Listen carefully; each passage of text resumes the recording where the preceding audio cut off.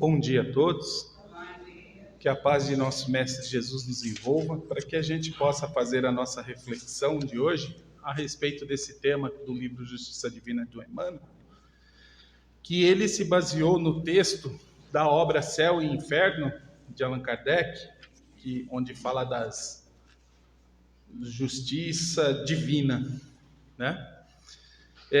Na segunda parte, o capítulo 1. O texto, ele tem o nome de A Passagem ou A Transição, dependendo de quem foi o tradutor da obra. Então, a nossa reflexão, a gente sempre vai iniciar com esse pensamento hoje, que é o seguinte: quando nós vamos nos deitar para dormir, a gente já imaginou que a gente pode morrer durante o sono?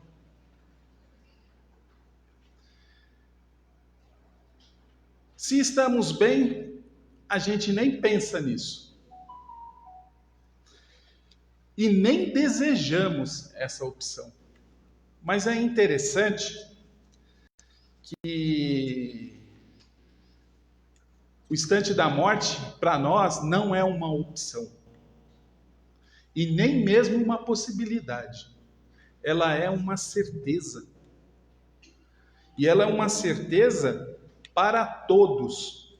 Não importa qual etnia a gente seja, não importa o quanto de dinheiro nós tenhamos, não importa o quanto miserável nós somos, não importa o quanto nós somos vaidosos, inteligentes, benévolos, maldosos, egoístas, arrogantes. Aquele dito popular, né, que às vezes numa cidade do interior tinha uma placa, né? Aqui é o fim de todo mundo. Era na porta da entrada do cemitério. E é engraçado que Jesus ele mostrou para nós, né, ensinou para nós, que nós precisamos ter uma crença na vida futura. Ou seja, na vida após essa transição para a morte. E mesmo nós tendo essa confiança, isso não exclui o nosso temor. E esse temor, na realidade, é do momento da transição. É do momento dessa passagem da vida aqui corpórea, da vida física, para a vida espiritual. Então, o nosso sofrimento, ele está na questão desse momento. E aí entra aquela questão, né? No livro Céu e Inferno, Kardec ele explica que, por exemplo, nem a ciência, nem a religião, ela tem respostas concretas sobre esse momento. A ciência, ela coloca que, como tudo para ela é simplesmente um corpo, então, logo no momento da morte, todo o organismo ele experimenta o quê? Uma queda de pressão, então parece que aquilo é suave. A religião ela colocou certos temores na morte, certas, às vezes por questões de manter pessoas sobre um jugo, sobre um poder, colocaram o temor da morte. A dúvida do que acontecerá. Então, por exemplo, se coloca lá céu eterno, inferno eterno, crianças para o limbo. E aí, quando a gente olha assim, a gente pensa, mas nossa, uma vida tão curta, se a gente comparar a existência nossa, para que a gente possa fazer certos aprendizados, e a gente ser penalizado, às vezes, por situações que a gente reagiu apenas. A gente não deu causa. A gente reagiu de uma forma, às vezes, instintiva e sem raciocínio. Por quê? Por falta de conhecimento, por falta de uma melhor escolha. Mas a gente também nota que nem todas as pessoas nessa passagem, na transição, no momento da morte, Há pessoas que são tranquilas e outras não. Aí que Kardec ele faz, junto com os espíritos, ele faz é a pesquisa mesmo, né? Nesse livro Céu e Inferno é como se fosse, tem uma parte introdutória e depois vem a pesquisa. Pesquisa o quê? Espíritos que já fizeram a passagem para o plano espiritual, eles relatam as suas experiências. E nisso existem experiências tranquilas, experiências penosas, experiências nem tranquilas, nem penosas, com uma questão mais automática, uma questão meia de, não é indefinição, mas de indiferença. Aí é que entra a nossa reflexão de hoje. Todos nós aqui, a gente escuta falar o espírito e corpo. E muitos de nós lemos em romances, ou até mesmo estudando as obras espíritas, que a gente percebe que o espírito, ele não é só, ele possui um corpo espiritual. Ou seja, ele possui uma matéria que o envolve, essa matéria que a gente não consegue ponderar ela, aí dá um nome de perispírito. Esse perispírito, quando nós vamos encarnar, ele se liga, no momento da fecundação, ele vai se ligando pouco aos poucos, à medida em que ali o embrião ele vai sendo gerado. Até aí, difícil. A gente não precisa aprofundar. E aí a gente encarna. Esse perispírito, ele serve para o espírito como um veículo, ou seja, a dor, ela é do corpo. Nós, espíritos, sentimos essa dor por nós estarmos presos ao corpo através desse laço chamado perispírito. E também nós passamos ao nosso corpo as nossas impressões, ou seja, as nossas necessidades. Vamos dar um exemplo. O corpo, em determinado momento, sente fome. O corpo vem à fome. Quem sente a fome? Nós, espíritos encarnados. Então o corpo está dizendo que a gente precisa se alimentar. Então o que nós fazemos? Nos alimentamos. Hoje, inclusive, a gente tem até o caldo aqui, né? Então a gente dá essa impressão para o corpo. O espírito diz, é uma questão assim, dá um comando. Levanta, anda e vai até o corpo. E vai até o local, compra o alimento ou faz o alimento, segundo aquilo que a gente conhece e tudo mais. Então a gente tem essa interação durante toda a nossa vida. Só que a matéria, ela possui um princípio de vida orgânica, que tem uma interação com esse perispírito. Quando esse corpo ele começa a se deteriorar, ele começa, por princípios naturais, ele começa a se desgastar. Ele se desgasta. Ele vai se desgastando, o que significa que a força a vitalidade desse corpo, ele começa a se perder, se esvair. E nisso o perispírito também vai se desligando. Vai se desligando o quê? Paulatinamente, aos poucos. Por isso que muitos dizem, né? A gente encarna, a gente cresce, se desenvolve, toda a vitalidade. Olha que interessante, aí vai chegando um determinado momento da vida que um vento canalizado já dá problema.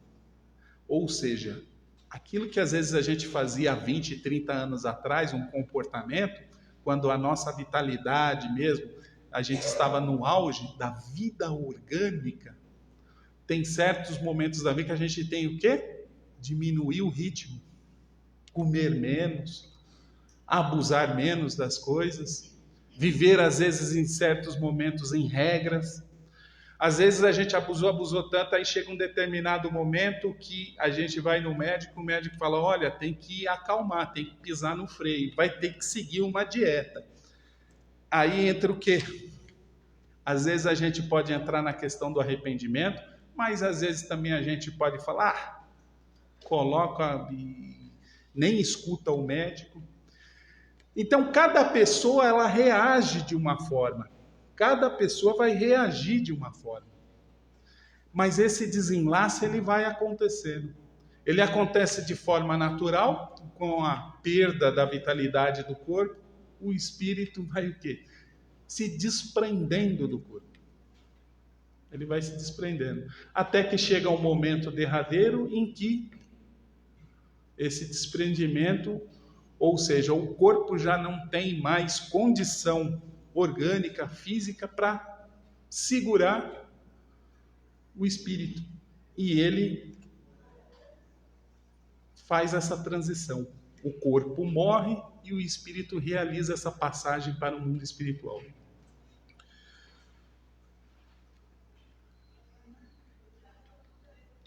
Apesar dela não ser brusca, em algumas situações,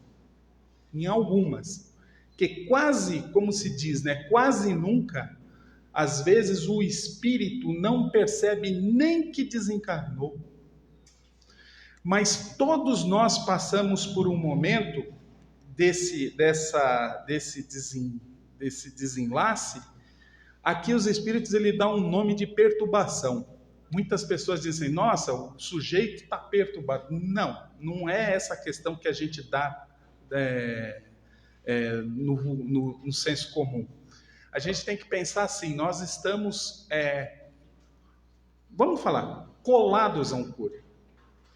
Esse descolamento, ele vai se dando naturalmente. Esse período que se chama de perturbação, porque o espírito sente um entorpecer, às vezes ele nem se dá conta que desencarnou, muitos ele percebe que vai desencarnar, ele entra em pânico, e outros ele faz uma passagem tranquila. Esse instante de perturbação, depende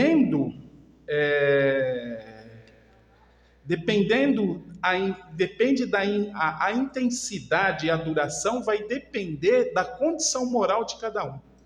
Aí é que entra a questão da reflexão de Emmanuel. Porque o espírito ele só sofre no seu desencarne à medida em que ele se sente, ele tem uma aderência ao corpo físico. Porque o corpo físico ele começa a se decompor. Assim, quando o médico diz morte cerebral atestada, o organismo começa a se decompor. Essa decomposição, se o espírito está ainda com ligações fluídicas do seu espírito no corpo, ele passa a sentir um sentimento penoso.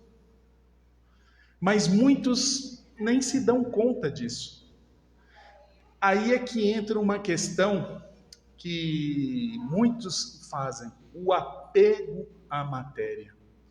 O que faz um espírito sofrer muito mais no seu desencarne é o apego à matéria. É o apego que se diz, quando se fala apego à matéria, realmente é aquelas questões quando nós estamos aqui como viajantes de passagem e a gente dá muito mais, mas muito mais importâncias nas situações que nós vivemos aqui, que são transitórias. E nesse momento, ainda quando nós ainda estamos ali ativos, ou seja, o corpo já não consegue mais, mas, vamos dizer, o espírito insiste. E nessa insistência, o seu sofrimento, ele é maior, ele é mais intenso, ele é mais duradouro. Dura quanto? Depende. Alguns minutos, horas, anos. Muitos espíritos, eles relatam que o seu arrependimento, ou seja, não é o arrependimento, mas é assim, a saudade dos prazeres que ele tinha na matéria. Por isso que Emmanuel ele coloca na questão ali das pessoas que têm o poder material nas mãos. O poder que ele tinha na matéria, quando ele passa por lá, ele percebe que isso não serve para nada. Servia aqui, mas não serve lá.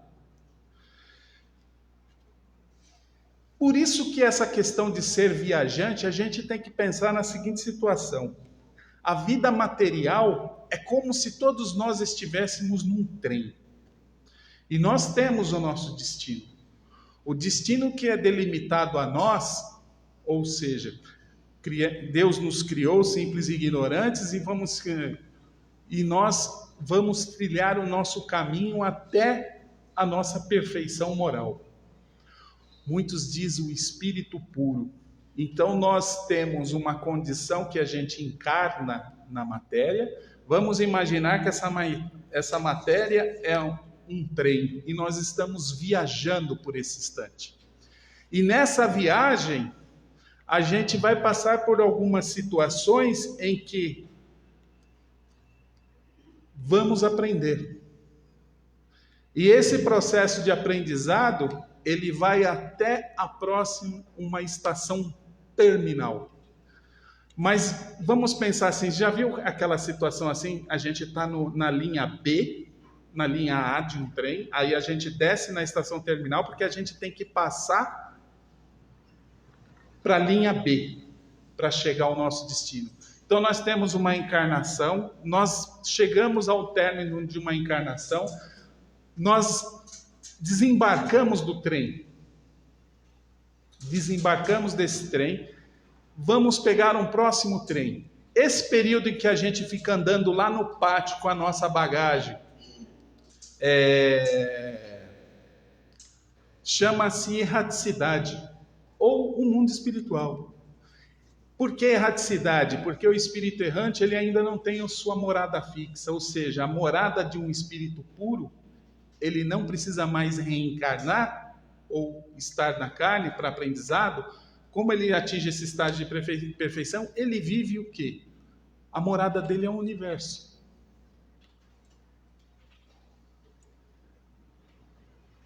E o seu trabalho é muito mais auxiliar aqueles que ainda estão durante a viagem no trem, porque há um comprometimento por uma questão de sociedade. Aquele que tem mais conhecimento, ele auxilia aquele que tem menos. Então ele tem as suas funções. Assim como nós, viajantes ainda do trem, estamos ainda nessa trajetória, a gente tem as nossas obrigações, os nossos deveres, os nossos direitos. Um direito que a gente tem, que ele é completamente natural, é o direito que a gente tem à vida, de ser passageiro desse trem. E de tudo aquilo que naturalmente precisa ter durante essa passagem aqui. Então a gente precisa ter alimentação, a gente precisa ter um lugar onde a gente possa abrigar das intempéries do tempo, a gente precisa viver com dignidade. Só que isso não é dado, isso não dá em árvore, não cai do céu. Isso, na realidade, a gente tem que conquistar de forma individual e em sociedade. Vamos imaginar, se nós estamos dentro de um trem físico, mesmo, a gente imagina assim, existem lugares que são reservados para pessoas que têm uma necessidade diferente da nossa. Então, para que eles também possam ser viajantes daquele trem, não existe um lugar reservado? E se a gente adentra esse trem e a gente não dá nem conta disso daí, que existe o semelhante que precisa também com dignidade fazer a mesma viagem que a gente, e a gente começa a atropelar esses direitos. Atropelar esses direitos. A gente vai causar o quê? Um benefício social ou um malefício social? Na realidade é assim, a gente vai prolongar ainda mais os estágios de baldeação de um trem para o outro. Então é assim, A encarnação ela não tem um número exato.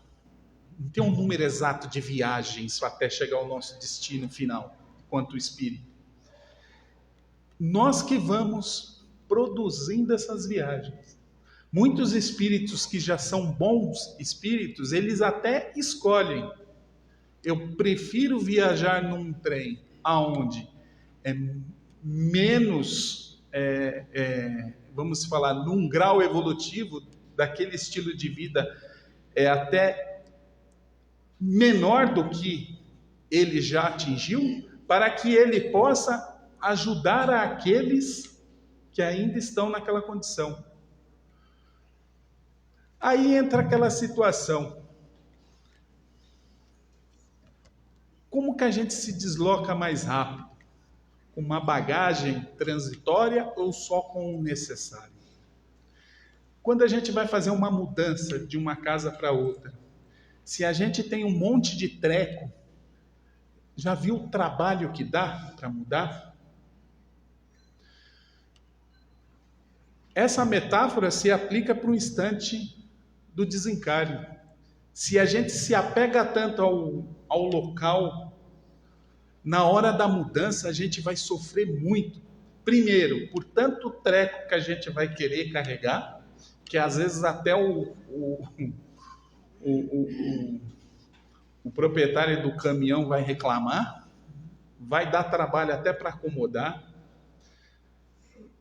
E depois, chega na nova casa, você tem que acomodar tudo de novo e tem coisas que não vão dar certo, porque cada casa tem uma configuração diferente. O mundo espiritual é completamente diferente do mundo carnal. No mundo espiritual, os espíritos se unem por afinidades. No mundo espiritual, os espíritos criam suas necessidades pensando. Aqui, nós precisamos colocar, enquanto espírito, utilizar o corpo físico para produzir tudo aquilo que a gente precisa para estar aqui. Então, a gente inventa dinheiro, a gente inventa necessidades transitórias e a gente coloca aquilo como a essência da felicidade. E que, na realidade, a felicidade ela é uma construção íntima. Quando Jesus fala do reino dos céus, ele fala da felicidade e ele coloca explicitamente que essa felicidade ela não é material. Não existe nenhuma maquininha de medir felicidade. Existe uma maquininha até de medir o sinal do Wi-Fi que está por aqui, o sinal de telefone que nós temos. Isso mede numa maquininha. E é uma coisa que a gente não vê, não toca, não tem cheiro, não tem nada. A felicidade se mede pelo o nosso estado de espírito, pela consciência tranquila que nós temos em viver nesse mundo. E sempre, não como passageiros eternos, mas sim como viajantes temporários de um trem, aonde a gente vai passar uma temporada fazendo uma baldeação, um terminal e programando uma nova viagem. Entramos novamente nesse trem, completamente, vamos dizer assim, configurações novas, pessoas diferentes, às vezes até com as mesmas pessoas de outrora. Mas tem uma coisa muito interessante. Tudo que a gente aprendeu na última viagem, a gente leva para a próxima. Às vezes a gente pode não usar, porque não é necessário. Mas a gente tem aquilo latente em nós, enquanto espírito. Que às vezes, no momento certo, surge como uma intuição. Então, muitas pessoas elas vivem aqui porque elas já têm um certo aprendizado. Então, no momento de uma morte, elas reagem de uma forma. Outros reagem de outra. Outro, às vezes, arrepende de todas as situações em que se passou durante uma vida. Mas aí é que está aquela coisa interessante. Faltando os seus segundos para um final de uma viagem, ou seja, para o derradeiro final da morte, às vezes a pessoa ela se arrepende. E o perdão que ela pede ajuda ela a se desenlaçar mais facilmente. Aqueles que ficam podem fazer suas preces para aqueles que partiram, que eles possam fazer essa passagem mais tranquilamente, auxiliando com os nossos pensamentos. Esses pensamentos podem suavizar à medida que aquele que está passando por uma situação ruim na sua transição, ele consiga passar esse momento de perturbação e conseguir seguir a sua jornada.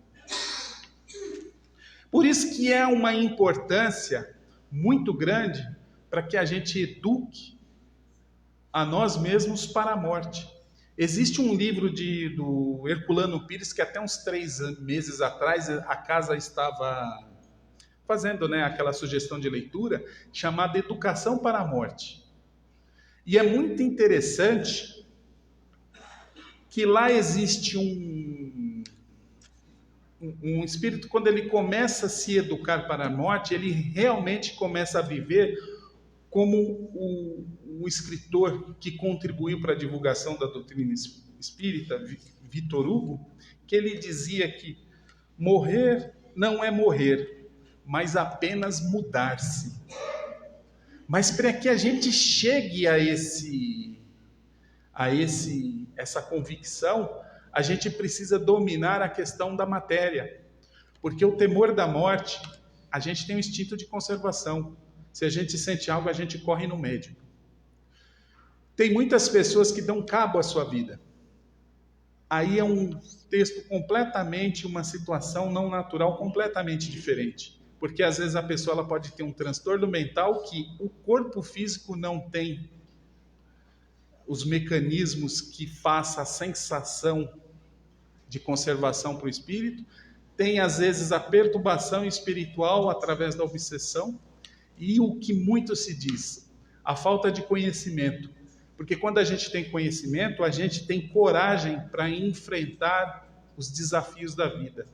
E às vezes quando falta essa coragem, e quando a gente não tem conhecimento dessa vida futura, a gente imagina que tudo é matéria. Então, a gente eliminando aquilo que dói, a gente vai eliminar o nosso sofrimento. Na realidade, não. O sofrimento ele está com o espírito, e se ele está encarnado, a dor é física.